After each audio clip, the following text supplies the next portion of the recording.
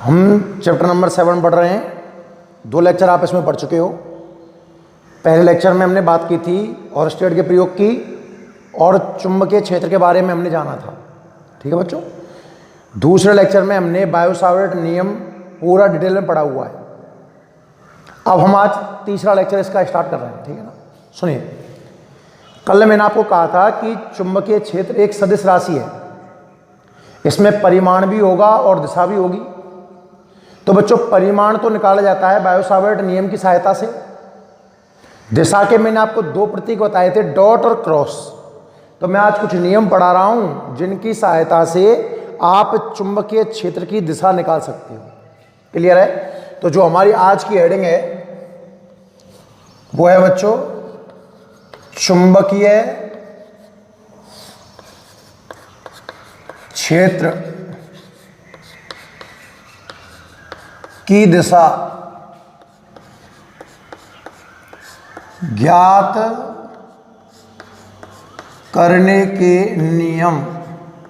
ध्यान से देखना, थोड़ी देर में आप प्रत्येक बच्चा किसी भी कंडीशन में चुंबकीय क्षेत्र की दिशा निकालना सीख जाएगा, बशर्ते आप ध्यान से पूरा वीडियो देखते हो तो। ठीक है। तो क्या हेडिंग है आज की? चुंबकीय क्षेत्र की दिशा ज्ञात करना। हम जानेंगे कि चुंबकीय क्षेत्र की दिशा ज्ञात करने के क्या क्या नियम हैं। सबसे जो पहला नियम है, एक्चुअल में नियम बुक में 2 हिस्सों में लिखा हुआ है, पर मैं इसको एक ही हिस्से में लिखाता हूं। नियम है बच्चों दाएं हाथ का नियम। दाएं हाथ का नियम। सुनना ध्यान से, नियम क्या है। हम चुंबकीय क्षेत्र की दिशा ज्ञात करने के नियम के बारे में चर्चा कर रहे हैं, जिनमें से हमारा जो सबसे पहला नियम है वो है दाहिने हाथ का नियम। अब दाहिने हाथ का नियम क्या कहता है, समझिए, ध्यान से सुनो अच्छे तरीके से। दाहिने हाथ के नियम को हमने 2 भागों में बांट दिया। नंबर फर्स्ट, सीधी धाराओं के लिए। सीधी धाराओं के लिए। सीधी और टेढ़ी धारा का मतलब, सीधी धारा का मतलब क्या है कि अगर धारा एक सीधे तार में, जैसे मैं कोई तार ले लूं और उसमें करंट बह रहा है, बिल्कुल सीधी धारा बह रही है। और सेकंड जो मैं इसमें पढ़ूंगा वो हम पढ़ेंगे वृत्ताकार धाराओं के लिए। वृत्ताकार धाराओं के लिए समझने का प्रयास करना और बहुत ध्यान से देखना। हेडिंग है चुंबकीय क्षेत्र की दिशा ज्ञात करने के नियम। कई नियम हैं, पर ज्यादातर क्या 99 और कहूं तो 100% मैं तो एक ही नियम काम में लिया करूंगा, और नियम तो केवल इसलिए पढ़ाऊंगा कि उन नियम के नाम से एग्जाम में पूछ ले, कहीं वो नियम लिखो, है ना। तो दाहिने हाथ का नियम मैंने 2 भागों में बांटा हुआ है, एक तो सीधी धाराओं के लिए और एक वृत्ताकार धाराओं के लिए। दाहिना हाथ ये होता है, सब जानते हैं ना, जिससे दलिया खाते हैं वो दायां हाथ। अब कोई इससे खाता हो इससे मतलब नहीं है, ये दायां हाथ है और ये बायां हाथ है। दाएं हाथ में क्या कहता है कि अगर धारा बिल्कुल सीधे तार में रही है, जैसे ये तार बिल्कुल सीधा है और इसमें करंट बह रहा है ऊपर, मान लो ऊपर या नीचे कहीं भी हो सकता है, और अब मुझे विद्युत क्षेत्र की चुंबकीय क्षेत्र की दिशा जाननी है, तो ये नियम ये कहता है, इसमें 2 दिशाएं हैं। एक तो बच्चों अंगूठे की दिशा और एक उंगलियों के मुड़ने की दिशा। उंगली ये तो ऐसे मुड़ेंगी, उंगली पीछे थोड़ी मुड़ सकती हैं, इंसानों की तो कम से कम नहीं मुड़ेंगी शायद, है ना। तो जब धारा सीधी बह रही है ना, आई ऊपर जा रहा है, तो ये नियम कहता है कि जो अंगूठा है हमारा, तो इसमें क्या होगा कि जो अंगूठा है ना वो होगा धारा की दिशा में। धारा अगर सीधी बह रही है ना, समझिए, तो बच्चों अंगूठा तो होता है धारा की दिशा में। धारा ऊपर है तो अंगूठा तो कर लीजिए आप ऊपर। अब आप उंगलियों को मोड़ो, देख ध्यान से, तो उंगली कहां जाएंगी, अंदर की ओर। अंगूठा धारा में आप करके देखोगे, पन्ने पर ऐसा तार बनाओ, उसमें करंट फ्लो करो। अब दाहिना हाथ लगा के देखो भाई, हवा में नहीं समझ में आता। अंगूठे को कर लो धारा दिशा में, अब आप उंगलियों को मोड़ोगे ना, तो इस तार से उधर उधर कोई बिंदु है, मान लो आपका बिंदु P यहाँ है फॉर एग्जाम्पल्स, तो अंगूठा धारा में उंगलियों को P की ओर करके मोड़ो, तो पीछे तो मुड़नी से नहीं होंगे, देखो देखो देखो हम मोड़ रहा हूँ पर नहीं मुड़ रही, कहाँ मुड़ेंगे अंदर, तो ये इंडिकेट कर रहा है अंदर की ओर, और अंदर का प्रतीक आपको याद होगा क्रॉस है, मतलब इस P पर जो चुंबकीय क्षेत्र है वो कैसा है, क्रॉस। नहीं समझ में आया, 3D भी समझिए, ये तार है, ऊपर करंट बह रहा है भैया, ये लो अंगूठा करंट में हो गया, अब उंगलियों को मोड़ूं, देखो उंगलियां इस जगह पर कहाँ मुड़ी, अंदर, तो इधर होगा। अच्छा कोई पॉइंट Q ले लो, चलो Q इधर ले लूँ तो बताना, इधर देखो उंगली अंदर गई तो घूम करके इधर तो उंगली बाहर आएंगी, मतलब इधर कैसा हो जाएगा क्षेत्र, डॉट। एक इंपॉर्टेंट बात और बता दूं, अगर तार के एक ओर फील्ड क्रॉस है तो जस्ट दूसरी ओर उसका अपोजिट यानी कि डॉट होगा। सीधी धाराओं के लिए नियम क्या कहता है, सुनना ध्यान से, इस नियम के अनुसार, इस नियम के अनुसार दाहिने हाथ को इस प्रकार फैलाया जाए कि, ध्यान सुनना भाई, नियम बहुत काम का है चुंबक क्षेत्र में, है ना। इस नियम के अनुसार दाहिने हाथ को इस प्रकार फैलाया जाए कि अंगूठा विद्युत धारा की दिशा में हो, तो दाहिने हाथ को इस प्रकार फैलाना है कि जो आपका अंगूठा है वो क्या होना चाहिए, विद्युत धारा की दिशा में।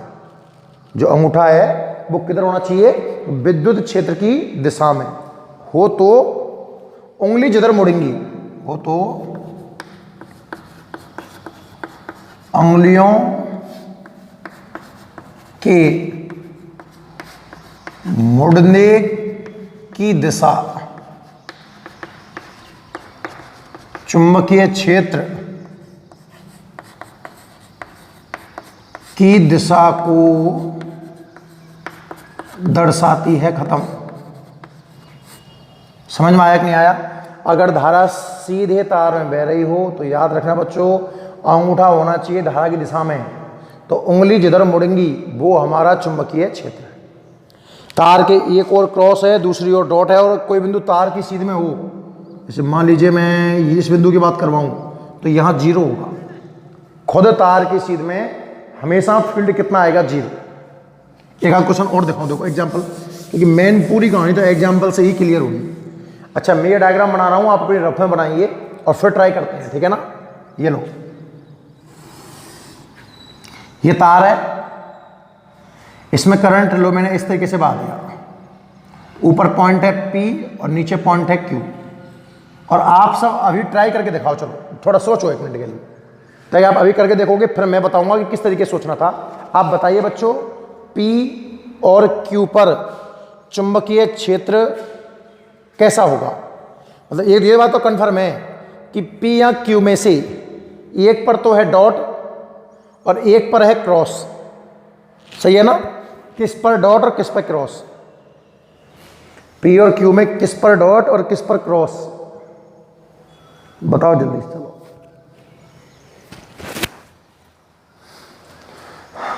स्क्रीन पॉज करके देखना, मैं समझाता हूं कैसे करना है। दाहिने हाथ का नियम लगाऊंगा, धारा सीधी बह रही है, जब धारा सीधी बही तो रट लो अंगूठा होगा धारा की दिशा में।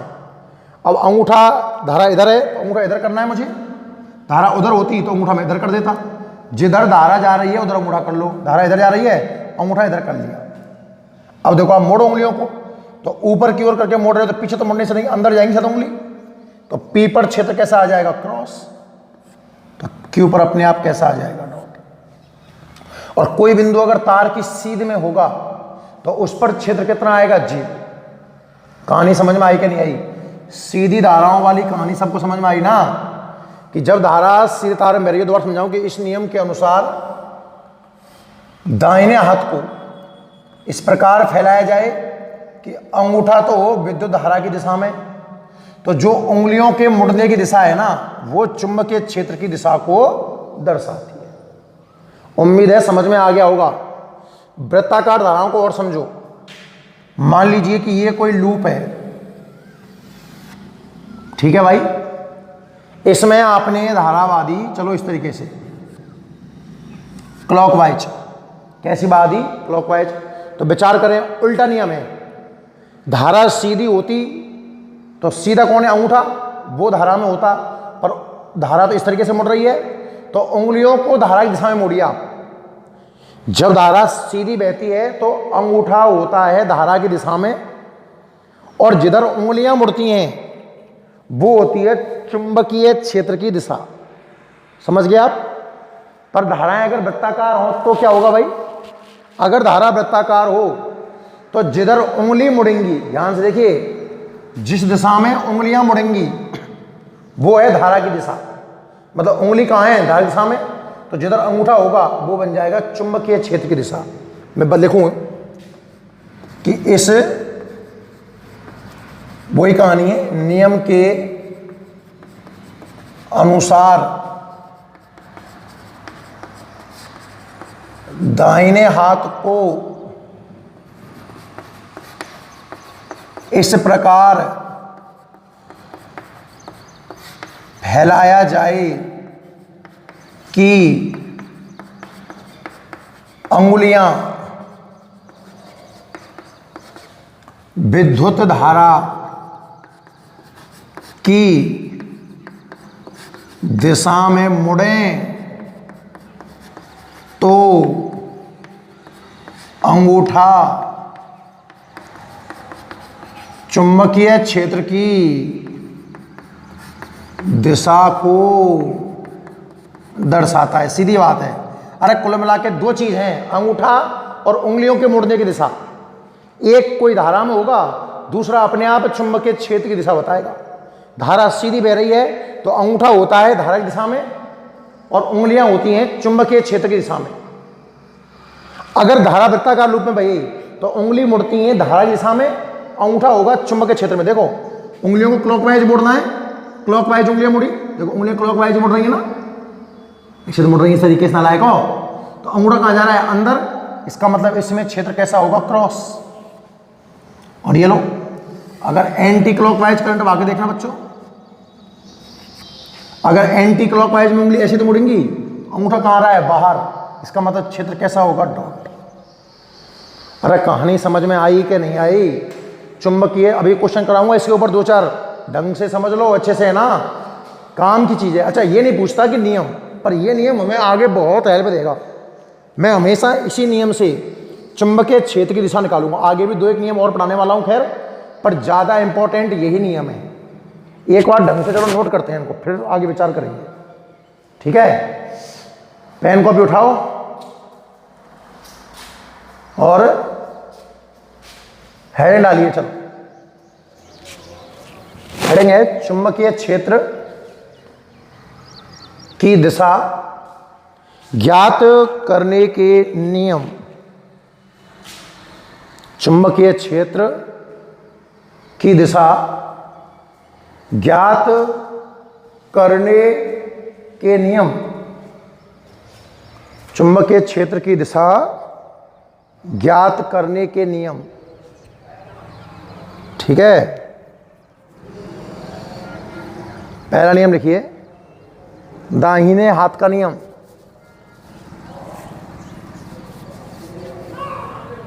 सबसे पहला नियम लिखिए आप, दाहिने हाथ का नियम।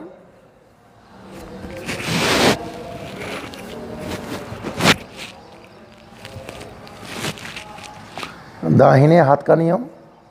अब इसको हमने दो भागों में बांटा हुआ है भाई, एक बार तो सीधी धाराओं के लिए और एक बार वृत्ताकार धाराओं के लिए। तो इसमें फर्स्ट लिख दो आप सीधी धाराओं के लिए।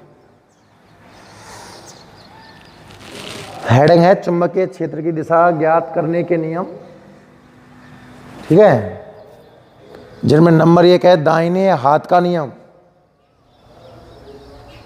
दाहिने हाथ का नियम, ठीक है। और इसमें फर्स्ट लिखो सीधी धाराओं के लिए, सीधी धाराओं के लिए, ठीक है साहब। अब समझ गए होंगे आप, दो ही दिशा तो हैं, एक तो अंगूठा की दिशा और एक उंगलियों के मुड़ने की दिशा। धारा सीधी बह रही है तो सीधा तो कौन है, अंगूठा है, तो अंगूठा होगा धारा की दिशा में। तो एक्चुअल में बच्चे क्या होते हैं कि पहले उंगली दिशा बोल देते हैं कि उंगली चुंबक क्षेत्र में होंगी।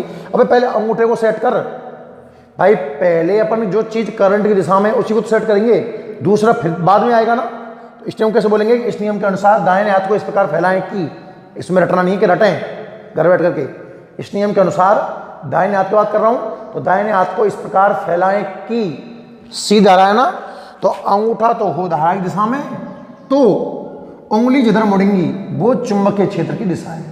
नोट करो हेडलाइन को सीधी धाराओं के लिए, और इसमें लिखो इस नियम खुद कम से कम देखो और लिखने का प्रयास करो। चलो बाकी जो ना हो वो कुछ टीपने वाले भी तो हैं, टीप लेना भाई, अपना कर्तव्य पूरा करो टीपने का। इस नियम के अनुसार दाहिने हाथ को इस प्रकार फैलाया जाए कि, इस नियम के अनुसार दाहिने हाथ को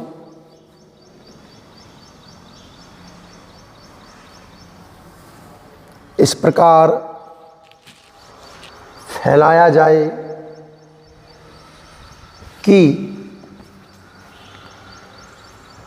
अंगूठा, इस नियम के अनुसार दाहिने हाथ को इस प्रकार फैलाया जाए कि अंगूठा विद्युत धारा की दिशा में हो, तो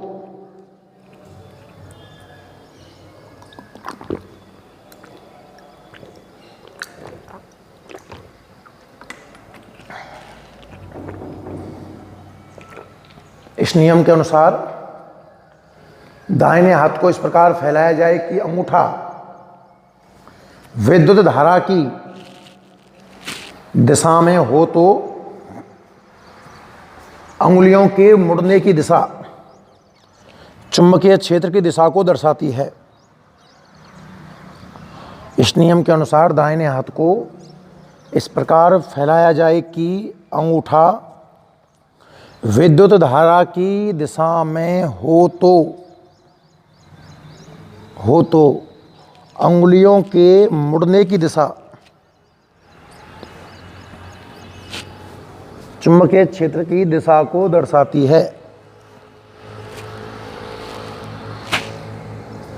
अंगुलियों के मुड़ने की दिशा चुंबकीय क्षेत्र की दिशा को दर्शाती है।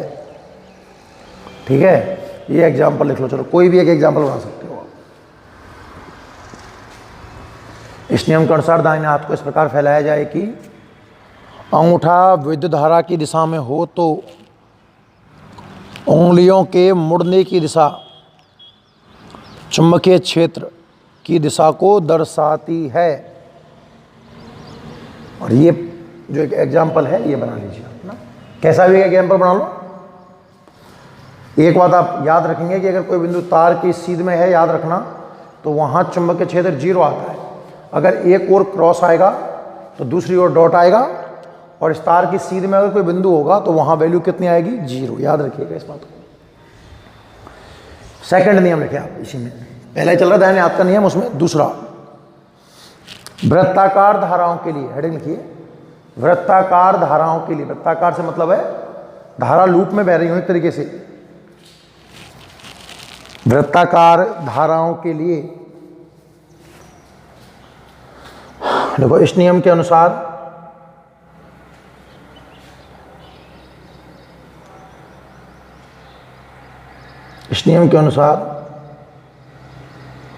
दाहिने हाथ को इस प्रकार फैलाया जाए कि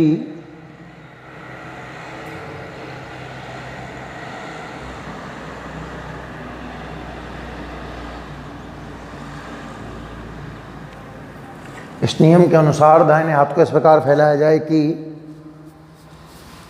उंगलियों के मुड़ने की दिशा विद्युत धारा की दिशा में हो,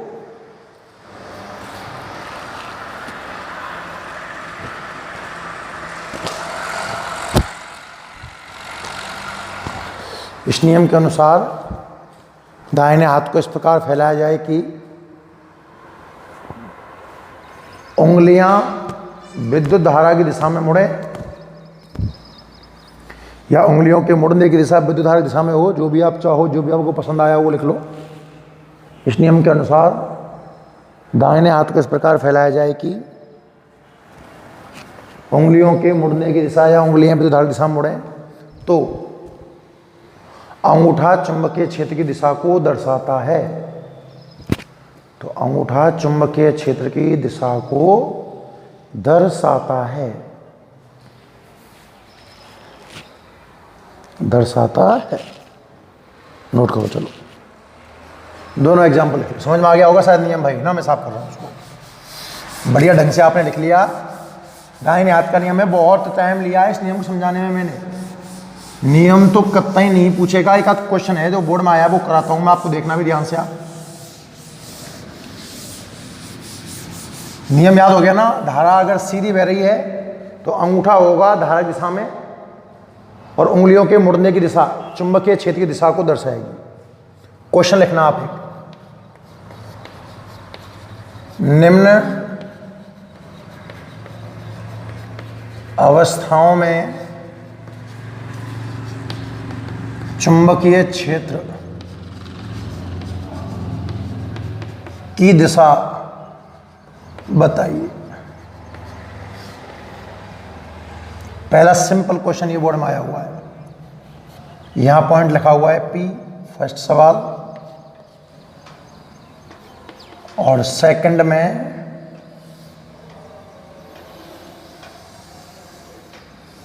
इस तरीके से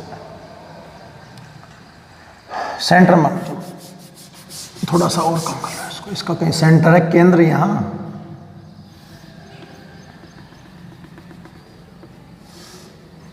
यहां से करंट आया, इधर गया और फिर इधर गया। ये पॉइंट है आपका P। दो क्वेश्चन आपको बोर्ड दिख रहे हैं, बोर्ड पे, ये बोर्ड में आए हुए हैं भाई आपको। पहले चित्र में और दूसरे चित्र में पॉइंट P पर चुंबकीय क्षेत्र की दिशा बतानी है। मैं ही कराता हूँ उस क्वेश्चन को, आप ध्यान से देखेंगे। देखो ये पहला तो बड़ा सरल है। धारा सीधी बह रही है तो बच्चों अंगूठा होगा धारा की दिशा में, और P की ओर उंगलियों करके मोड़ दो। उंगली कहाँ जा रही है? अंदर। तो पहले का जो आंसर है, फर्स्ट का जो आंसर है वो तो आया क्रॉस। बोले बंद करें, क्रॉस का मतलब भी लिख दो बड़ी से, क्या? कागज के तल के लंबवत अंदर की ओर।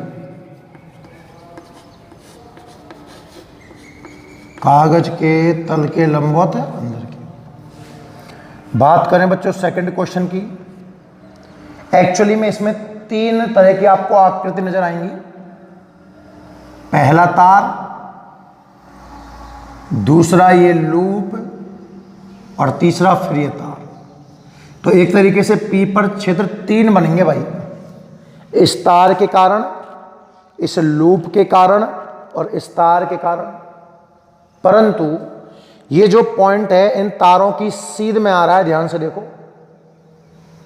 तो इस पॉइंट पर तारों का प्रभाव तो होगा जीरो। भाई मैंने कहा था ना, हाँ अगर ये तार ऊपर नीचे होते, मैं क्वेश्चन कराऊंगा एक आगे चल करके, तो आप देखोगे कि फिर इन तारों का प्रभाव भी होता। जब भी आपको ऐसी आकृति दिमाग में आए, आपके दिमाग में क्लिक करना चाहिए। सर देखो तीन आकृति हैं, पहला तार, दूसरा लूप और तीसरा तार। तो P पर तीन फील्ड बनेंगे, दो तारों की वजह से, एक लूप की वजह से। पर चूंकि ये पॉइंट इस तार के सीध में आ रहा है, ध्यान से देखो, इसलिए मैं डैश डैश लगा रहा था, तो इस तार का इफेक्ट जीरो हो गया। और इस तार की भी सीध में आ रहा है, तो इस तार का इफेक्ट कितना आ गया? जीरो। बच क्या गया बच्चों? लूप। तो लूप के नियम क्या कहता है कि धारा वृत्त में मुड़ रही है एक तरीके से, तो उंगलियों को मोड़ो धारा दिशा में, मोड़ दी। अंगूठा कहाँ गया? अंदर। इसमें भी क्रॉस ही आया। डिफरेंट करना चाहिए था मुझे, कोई दिक्कत नहीं। इसका आंसर भी क्रॉस, और मतलब वही लिख लेना, लिखना आपने डैश डैश लाइन खींच दो, कागज के तल के लंबवत अंदर की ओर। नोट करो। चलो बोर्ड में जो क्वेश्चन आया था, हो सकता है उसमें डायरेक्शन वाइरेक्शन कुछ और हो, उससे क्या परले पड़ने वाली है। ठीक है भाई, चलो एक आपको होमवर्क देते हैं, ठीक है ना।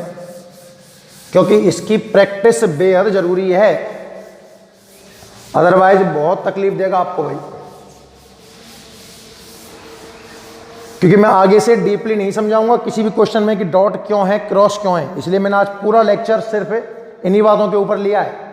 बिल्कुल बेसिक बेसिक है, समझिए। होमवर्क कमेंट बॉक्स में आपको इसका जवाब देना है, कुछ भी ले लें। लो ऐसा तार ले लिया ना, इधर है। एक पॉइंट P यहां है, Q यहां है और R यहां है।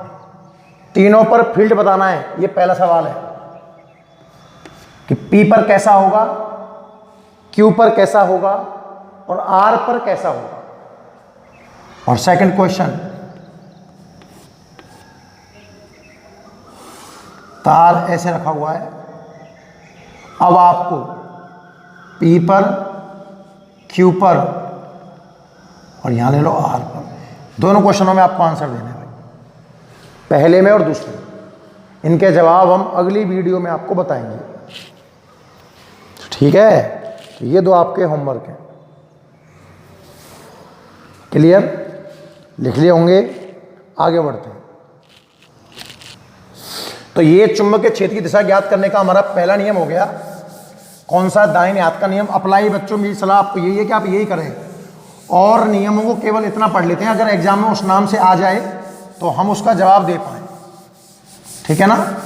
देखिए, साफ कर दो इनको भी।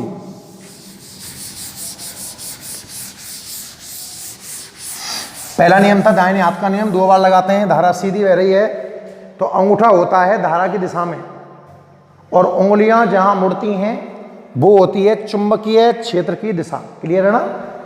सेकंड नियम देखना बच्चों इसका। दूसरा नियम हम इसमें पढ़ते हैं SNOW नियम, स्नो नियम बोलते हैं। एग्जाम में आ जाए बाई चांस कि स्नो नियम क्या है बताइए, तो आपको पता होना चाहिए कि स्नो अप्लाई नहीं करूंगा, अप्लाई नहीं करना सिखाऊंगा इसको खाली, क्योंकि बहुत टेढ़ा है और आपको जटिलता पूर्वक घूमना पड़ेगा इसमें। SNOW नियम। अच्छा, दिशाएं और समझ लो आप, दिशाएं काम आ जाती हैं कभी कभार, एक आध क्वेश्चन और दिशाओं का भी देंगे आपको। देखो, ईस्ट इसको बोलते हैं वेस्ट, नॉर्थ साउथ, पूर्व पश्चिम उत्तर दक्षिण, याद रहे बच्चों आपको, ठीक है ना। अच्छा, अब सुनिए, स्नो नियम क्या कहता है। ये जो एस है, स्नो का मतलब क्या है वो यहां लिखता हूं, चलो नियम को तो नहीं बिगाड़ते हैं। स्नो में एस का मतलब बच्चों साउथ,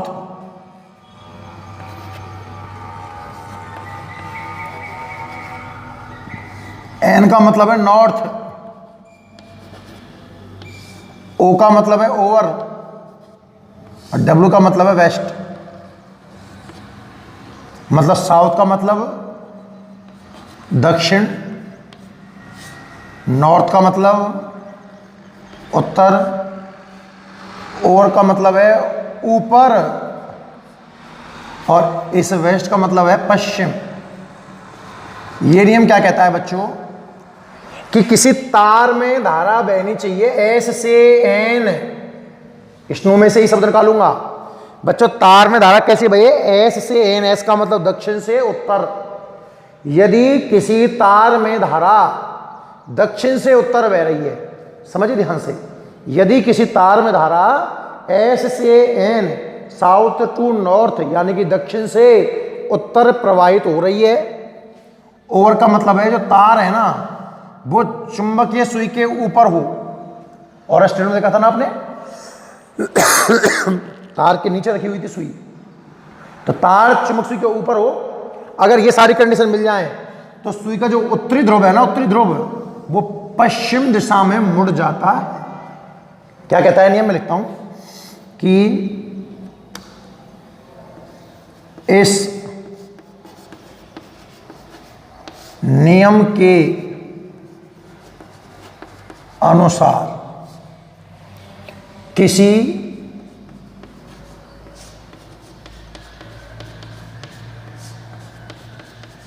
चालक तार में विद्युत धारा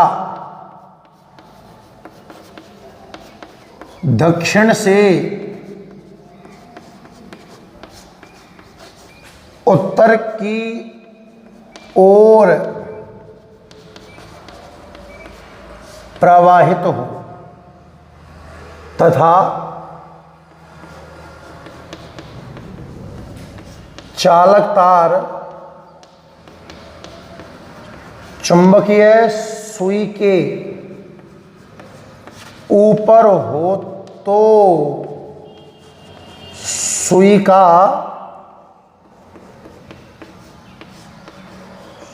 उत्तरी सिरा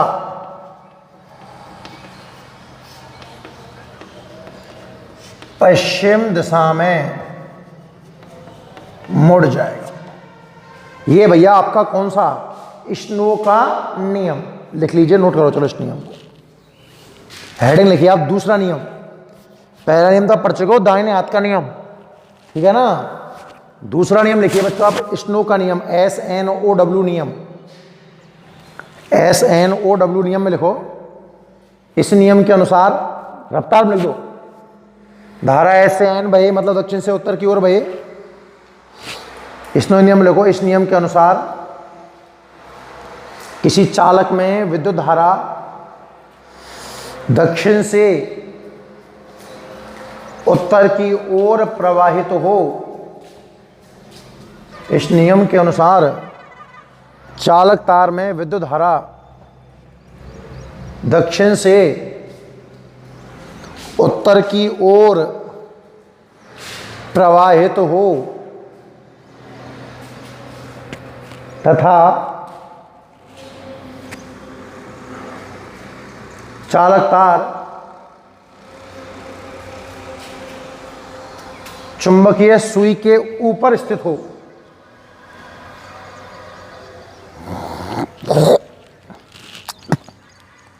इस नियम के अनुसार चालक तार में धारा दक्षिण से उत्तर की ओर प्रवाहित हो तथा चालक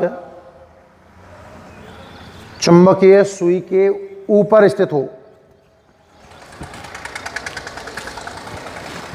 चुंबकीय सुई के ऊपर स्थित हो तो सुई का उत्तरी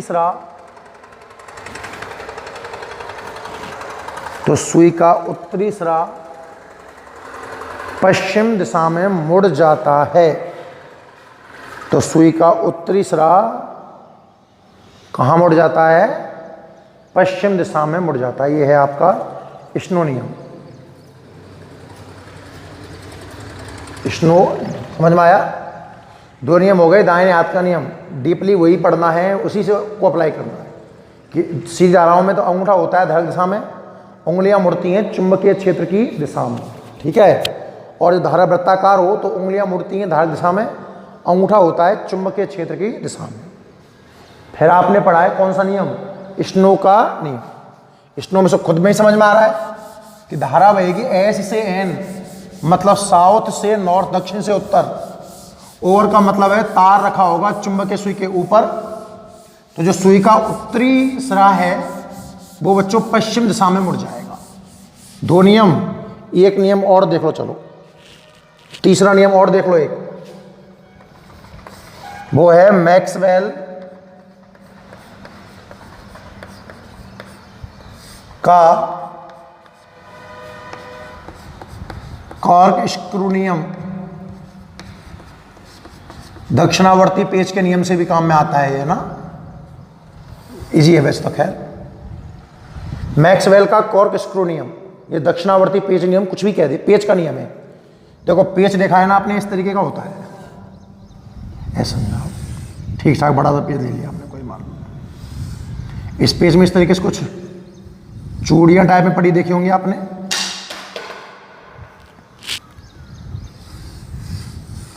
ठीक है ना।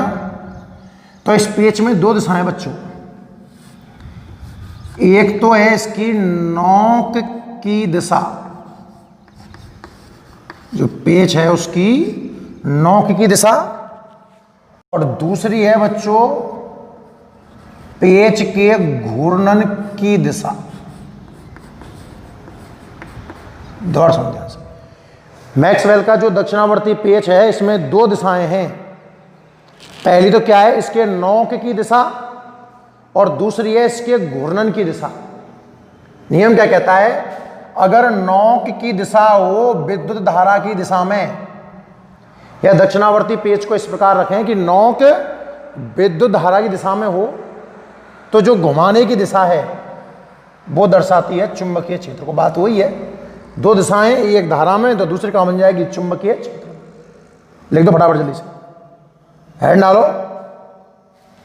मैक्सवेल का कार्क स्क्रू नियम,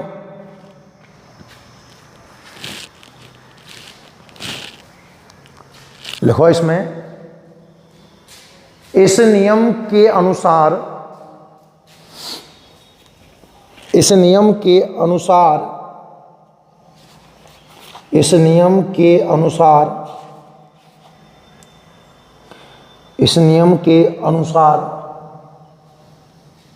किसी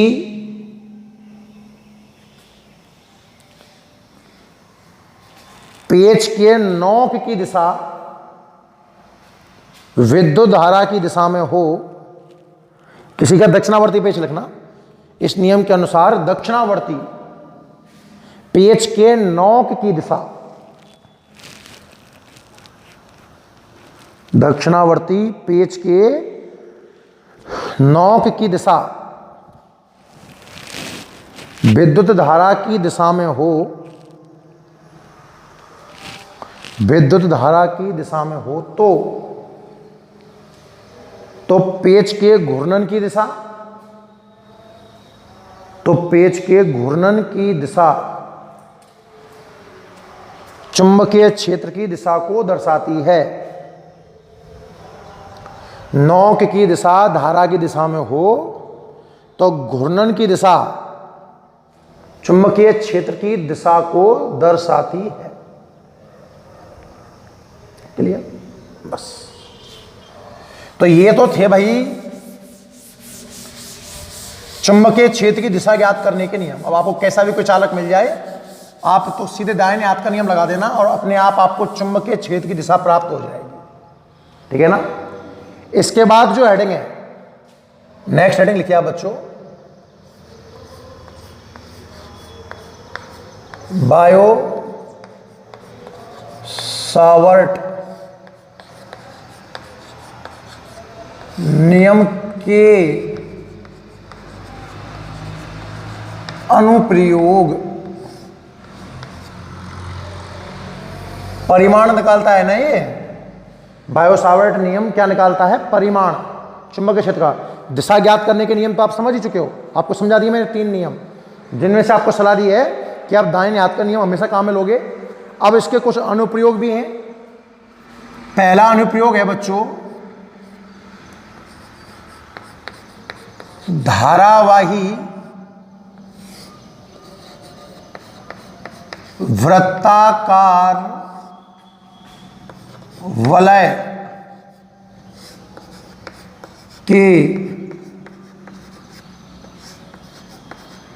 केंद्र पर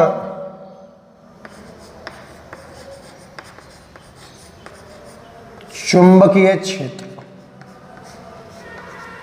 जो हमारी पहली हेडिंग है वो है कि धारावाही एक वृत्ताकार वलय लेंगे और उसके केंद्र पर आपको चुंबकीय क्षेत्र निकालना है। वलय मतलब चूड़ी, जो चूड़ी टाइप में होगी ना, वो चूड़ी लेंगे, उसमें करंट फ्लो कर देंगे और उसके सेंटर पे मुझे क्या चाहिएगा बच्चों? चुंबकीय क्षेत्र। बहुत अच्छी हेडिंग है। अब अनुप्रयोग देखो, पूरा ही चैप्टर बहुत धांसू है, हल्की तो कुछ इसमें है ही नहीं है। अब तक बेसिक थीम थी, अब अनुप्रयोग स्टार्ट है। सारे बहुत काम के हैं, ध्यान से रखना। आज तो केवल एक ही कराएंगे, पर कल जो अनुप्रयोग कराएंगे वो मोस्ट इंपॉर्टेंट है अपने, बहुत मजा आएगा पढ़ने में। देखिए ध्यान से, धारावाही वृत्ताकार वलय के केंद्र पर चुंबकीय क्षेत्र। सुनो, तो सबसे पहले आपको क्या माननी होगी? इसमें वृत्ताकार वलय माननी होगी, सीधी सी बात है ना? और उसके केंद्र पर मुझे क्या निकालना होगा? चुंबकीय क्षेत्र। तो ये मैं वलय मान लेता हूं, ये लो, ये आपकी एक वृत्ताकार वलय है। त्रिज्या कितनी है इसकी? Capital R. केंद्र है ओ। और जब तक इसमें धारा नहीं बहेगी तब तक चुंबकीय क्षेत्र बनने का सवाल ही पैदा नहीं होता है। जब तक इसमें धारा नहीं बहेगी तब, जैसा कि अभी आपको मैंने एक क्वेश्चन दिया था, मैं बता ही दूं, चलो मैंने सेकंड क्वेश्चन में करंट फ्लो नहीं किया था, तो उसमें तो कहीं फील्ड आएगा ही नहीं शायद, ना पी पे आएगा ना क्यू पे आएगा, ना बस मैंने आपको मूर्ख बनाने के लिए दिया था वो सवाल। बहुत से बन भी गए होंगे, खैर कोई बड़ी बात नहीं है इसमें। तो हमें एक धारावाही वृत्ताकार वलय लेनी है और उसके केंद्र पर चुंबक क्षेत्र निकालना है। तो क्या क्या लिख सकता हूं मैं कि माना कैपिटल आर त्रिज्या की धारावाही वलय चित्रानुसार व्यवस्थित है। भाई आर त्रिज्या की वलय चित्रानुसार व्यवस्थित है। कहीं भी करंट बहा दो, क्लॉकवाइज एंटी क्लॉकवाइज, जैसी आपकी इच्छा है। भाई क्लॉकवाइज एंटी क्लॉकवाइज बहाने से दिशा तो बदल रही है। देखो ओरस्टेड के प्रयोग में ये निष्कर्ष भी था, धारा की दिशा बदलने पर चुंबकीय क्षेत्र की दिशा बदल जाती है। आज समझ में आ गया होगा। अभी एंटी क्लॉकवाइज है तो चुंबक क्षेत्र कैसा है, डॉट, और क्लॉकवाइज होती तो कैसा होता, क्रॉस, है ना। जिसमें धारा मान लो आप आई मान की ना, जिसमें आई मान की विद्युत धारा प्रवाहित हो रही है। अरे समझ में आ रहा है ना। आर मान की, आर त्रिज्या की एक धारावाही, आर त्रिज्या की एक वलय है, धारावाही शब्द गलत जोड़ दिया मैंने। आर त्रिज्या की वलय चित्रानुसार व्यवस्थित है, जिसमें धारा कितनी बह रही है, आई मान की धारा प्रवाहित हो रही है। इस धारावाही बड़ को हटा देंगे। हमें करना क्या है, हमें इसके केंद्र ओ पर चुंबकीय क्षेत्र का मान ज्ञात करना है। बात करें बच्चों बायो सावर्ट नियम की, तो आपको याद होगा कि बायो सावर्ट नियम के लिए एक अल्पांश माना जाता है। अब चूड़ी है, चूड़ी, तो चूड़ी में अल्पांश आप उसकी परिधि पर तो मान सकते हो, है ना। धारा आई को उठा के यहां लग देना। तो आप क्या करो, यहां पर एक अल्पांश मान लो dl, और उस अल्पांश की जो दूरी है क्या वो त्रिज्या के बराबर होगी केंद्र से। अल्पांश की उस बिंदु से दूरी देखता हूं ना मैं, तो मैं लिख रहा हूं यहां पर कि चुंबकीय क्षेत्र का मान ज्ञात करने के लिए हम वलय पर अल्पांश dl की कल्पना करते हैं, जिसके कारण अल्पांश के कारण O पर उत्पन्न चुंबकीय क्षेत्र कौन से नियम से देखें, बायो सावर्ट नियम से देखेंगे भाई। और बायो सावर्ट नियम कहता है, आपको पता हो तो, जो अल्पांश का क्षेत्र है वो होगा μ0/4π IDL sin θ/r²। उत्पन्न चुंबकीय क्षेत्र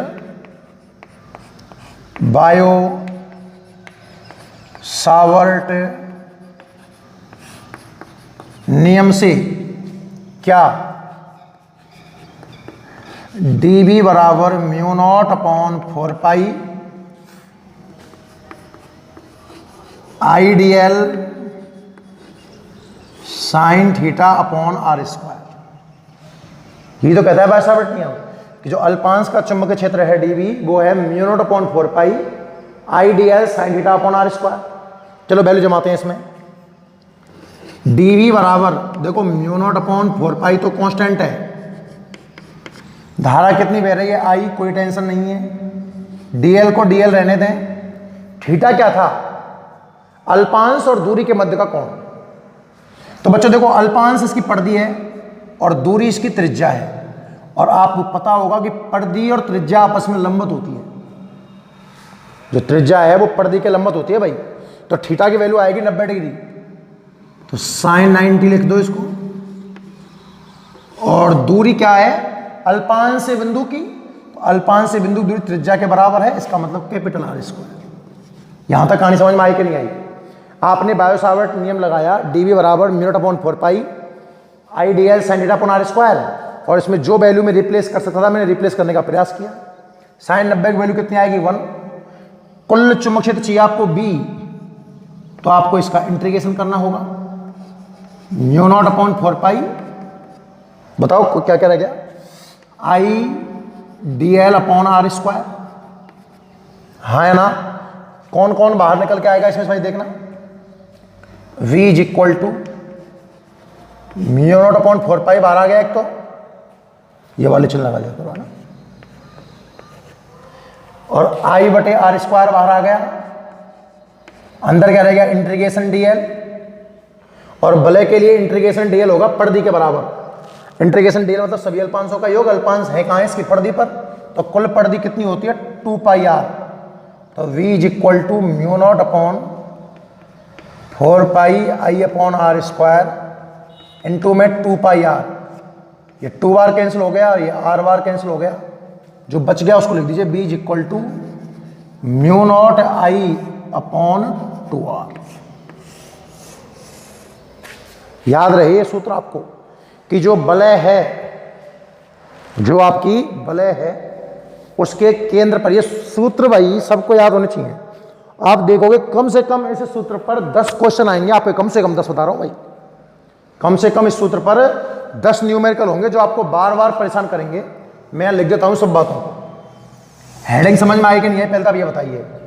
कुछ भी नहीं था, बायो सावर्ट नियम का पहला अनुप्रयोग है धारावाही वृत्ताकार बलय के केंद्र पर चुंबकीय क्षेत्र। बलय सोच से दिमाग में आ गया, बलय मान लो आर त्रिज्या की, उसमें धारा प्रवाहित कर दो। ये 4-5 लाइन समझ में आ गई होंगी कि माना आर त्रिज्या की एक बलय चित्रानुसार व्यवस्थित है, आई मान की धारा प्रवाहित हो रही है, केंद्र पर चुंबक क्षेत्र का मान ज्ञात करना है। फिर बायो सावर्ट नियम कहता है कि अल्पांश मानो, तो अल्पांश मान लोगे पर्दी पर डीएल। चुंबक क्षेत्र का मान ज्ञात करने के लिए बलय पर अल्पांश डीएल मानते हैं, और अल्पांश के कारण जो क्षेत्र होगा वो बायो सावर्ट नियम लगा दिया मैंने। थीटा 90 आपको समझ में आ गया होगा, दूरी कैपिटल आर है, ये कर दिया, इंटीग्रेशन कर दिया, और डीएल का इंटीग्रेशन 2πr हुआ। सिंपल है, कटपिट के अपना आंसर आ गया। ये आंसर है जब इसमें एक फेरा है। बलय में कई फेरे हो सकते हैं। सोचो मैं एक तार लें और उस तार को इसमें उंगली पर मैं एक ही जगह पर लपेटता रहूं बाहर निकालूं, तो उसमें कई फेरे हो सकते हैं ना। तो मैं लिख रहा हूं, देखो दोनों सूत्र काम के हैं, दो लिखूंगा। यदि धारावाही वलय में कैपिटल एन फेरे हों, तो एन फेरे हों अगर, तो एन से गुणा कर दो, और ये सूत्र रट लेना μ0 ni/2r मतलब व्यास। एक तरीके से ये सूत्र आपको मोस्ट इंपॉर्टेंट है और ढंग से याद हो जाना चाहिए भाई। अगर एन फेरे हैं किसी बलय में, एक बलय है जिसमें धारा बह रही है और फेरे कितने हैं कैपिटल एन, बच्चों फेरे कितने हैं कैपिटल एन, तो उसमें जो चुंबकीय क्षेत्र बन के तैयार होगा ना वो होगा μ0 ni/2r। 2r मतलब उसका व्यास, μ0 ni/2r। पहली बात। एक सूत्र और है इंपॉर्टेंट, हमारे कोर्स में तो नहीं है खैर, पर भैया बहुत सारी जगह ये सूत्र आपको काम देगा।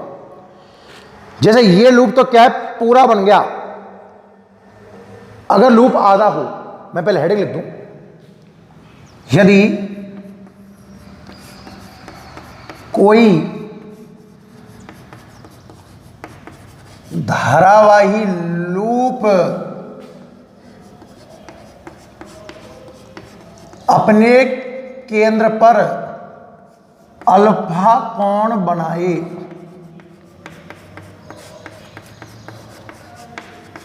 तो चुंबकीय क्षेत्र B इज इक्वल टू μ0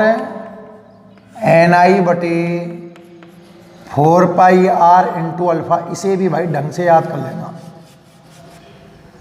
जैसे कि ये जो लूप है अपने केंद्र पर 2π कोण बनाता है, पता है ना आपको।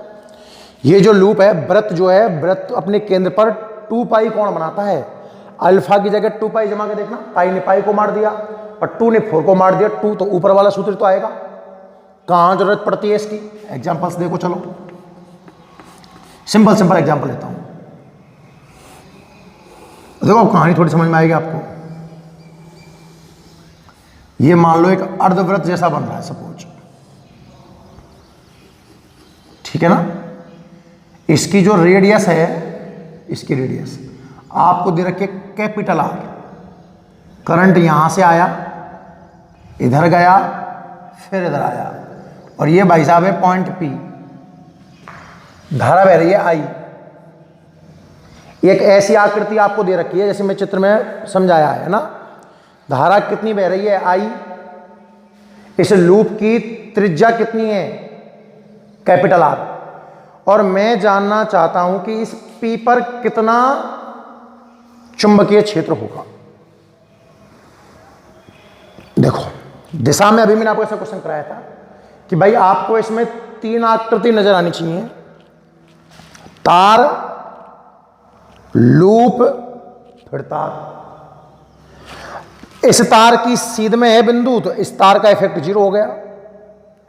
ये बिंदु इस तार की भी सीध में ही है, तो इन दोनों तारों का इफेक्ट तो कितना हो गया? 0। जो भी इफेक्ट रहा होगा वो इस लूप का रहा होगा। दिशा देखता हूं पहले। वृत्ताकार लूप है तो उंगली मुड़ेंगी धारा दिशा में, धारा क्लॉकवाइज बह रही तरीके से, तो क्लॉकवाइज तो मोड़ दो उंगलियों को। अंगूठा कहां गया? अंदर। पहली बात तो पी पर जो क्षेत्र बनेगा उसकी दिशा होगी क्रॉस। कैसी? क्रॉस। उसका परिमाण कितना आएगा? अब देखो ध्यान से, B = सूत्र क्या कहता है? ये लूप अपने केंद्र पर, ध्यान से देखो कितना कोण बना रहा है, दोनों सुरों को मिला दो, 180 कोण बन रहा है मेरे हिसाब से। तो अर्धवृत्त अपने केंद्र पर 180 मतलब पाई कोण बना रहा है, पाई। तो देखो कितना आंसर आएगा। अल्फा की जगह पर पाई सोच लो, सीधे आंसर लिखेंगे यार। कितना कोण बना रहा है? अल्फा की जगह पर पाई रख दो, पाई ने पाई को मार दिया। आंसर आने वाला है μ0। फेरे अगर n है तो n आ जाएंगे, और एक फेरा है तो n भी गायब हो जाएगा। एक फेरा मानो आप तो हटाओ, n को भी हटाओ, ऊपर रहेगा i और नीचे बचेगा 4r, और वो भी कैसा बच्चों? क्रॉस। तो आप चाहो तो यहाँ वेक्टर भी लगा सकते हो। आपने परिमाण भी बता दिया और आपने दिशा भी बता दी। कुछ बात समझ में आई कि नहीं आई? इसलिए वो सूत्र काम का है कि कोई भी धारावाही लूप, कैसा भी लूप हो, चाहे अब आपको तो सिर्फ ये पता हो कि वो अपने केंद्र पर कितना कोण बना रहा है, तो उसका आप चुंबकीय क्षेत्र लिख सकते हो μ0I μ0। ये रख लो आप, तो ये सबसे बढ़िया है। हमारे कोर्स में ये है, पर इस पर भी क्वेश्चन आए हुए हैं भैया, है ना। एक और देख लो, लास्ट एक एग्जाम्पल और देख लो, कुछ जटिल सा ले लें। धारा ऐसे गई, यहां बिंदु मान लिया,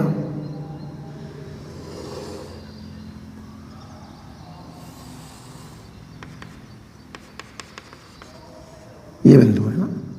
इस तरह की कहानी है। धारा ऐसे गई और यूं आ गई। ये बिंदु मान लिया मैंने P, और वही बात जो इसकी त्रिज्या है, ये दिखाने तरीका है, ये R है। धारा I है, तो मैं जानना चाहता हूं कि P पर कितना करना, और ये जो कोण दिया हुआ है, ये आप कोण मान लो π/3। कितना कोण दिया है? π/3। तो P पर कितना होगा, वही सवाल है। एक तार, दूसरा लूप, तीसरा तार। बिंदु तार की सीध में है, तार का इफेक्ट 0। इस तार की भी सीध में है, इसका इफेक्ट 0। जो बचेगा वो लूप का बचेगा। तो B = μ0NI/4πr, और कौन है भैया? π/3। पाई ने पाई मार दिया, फेरा भी अगर 1 मान लूँ तो μ0I/12r आंसर है। और फील्ड कैसा होगा? वही क्रॉस होगा, आप चेक कर लेना। कहानी समझ में आई कि नहीं आई?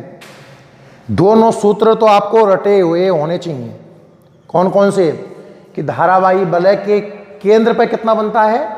μ0NI/2r। रट लो ढंग से, लिख करके पन्ने पे दीवार चिपका देना, बहुत काम देगा। और अगर कोई धारावाही लूप केंद्र पर अल्फा कोण बनाता है तो फील्ड कितना है? μ0I/4πr × alpha. सबको समझ में आया? अब आप क्या करना है, आपको ये हेडिंग लगाओ और ऐसे कैसे छाप लो बोर्ड से पूरा। ये आपका टाइम बच जाएगा भैया। 15-20 मिनट का वीडियो और बढ़ जाता खामोखा, इसलिए मैंने बहुत सुंदर लिख दिया है। फिर भी किसी को नहीं समझ में आ रहा हो या किसी के मोबाइल में ढंग से ना दिख रहा हो तो भैया वीडियो वापस चला लेना जहाँ से मैंने बोलना स्टार्ट किया है, और पूरा बहुत सुंदर, बहुत ढंग से, बढ़िया आराम से लिख लो। क्लियर सबको? ठीक है। तो बच्चों इस वीडियो में हमें पहला अनुप्रयोग पढ़ रहे हैं। इसका क्या पढ़ाया आज हमने? एक तो हमने पढ़ा है कि हम दिशा निकालना सीखें, चुंबकीय क्षेत्र की दिशा निकालना सीखें, ठीक है ना। और दूसरा मैंने बायो-सावर्ट नियम का पहला अनुप्रयोग पढ़ा है, धारावाही वलय के केंद्र पर चुंबकीय क्षेत्र। होमवर्क नोट करें आप, देखिए